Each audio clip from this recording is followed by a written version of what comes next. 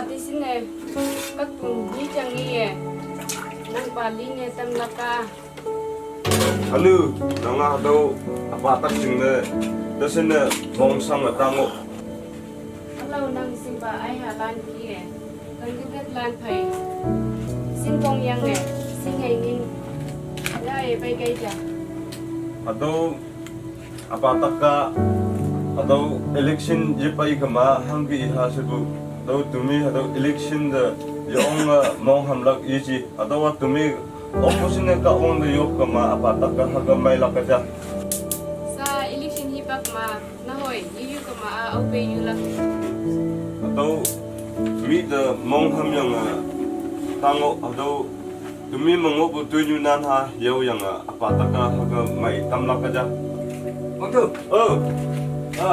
Kau masuk kêu. ni kawan. Ada bu. Ayong taga hanggang mo nang gi. ngon này akin siang ngon nang ki Nang hangga ta nang gi. Nang ba hipak lau ling taga mo nang gi sa chai bo jing de bai wi mo. Adawa nang ba haga taga ngo bua haga lai sa dai ma ji mai la ka ja. Ngadak tumi karyo to mo nang bu. Ayang tawa nung min hang sunu ya bu yo. Tawa min la ka ja. Ngadak tumi chang sai ta ha. Tawa nok ja. Nang hangga ta nang gi. Ngai wong bu election ma hai tuman phai cha ong ge.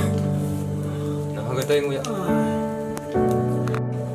Simba atau nang ibua sunang bu.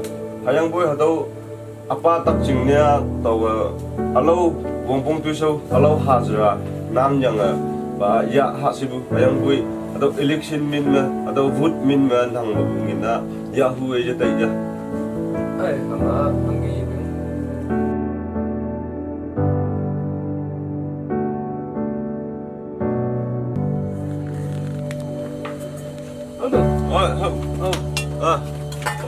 Sap. Tak mai à? Ai, mày này vô. Mau mai bu. Sot tau.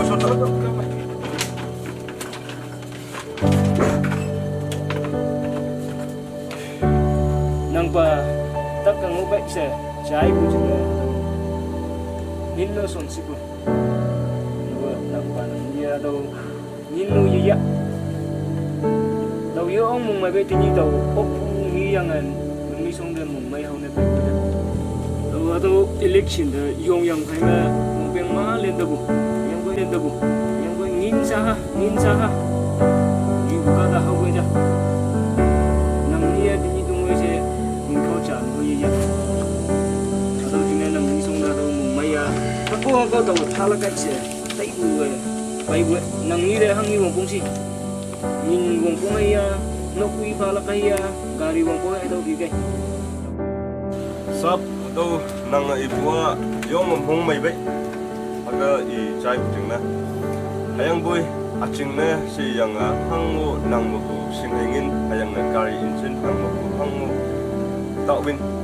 Daw akung ching na ground ki bu disi kama lam new ki bu yop nok ko olop step ki bu daw hay nang op kuna meng ma daw hay chaling pa.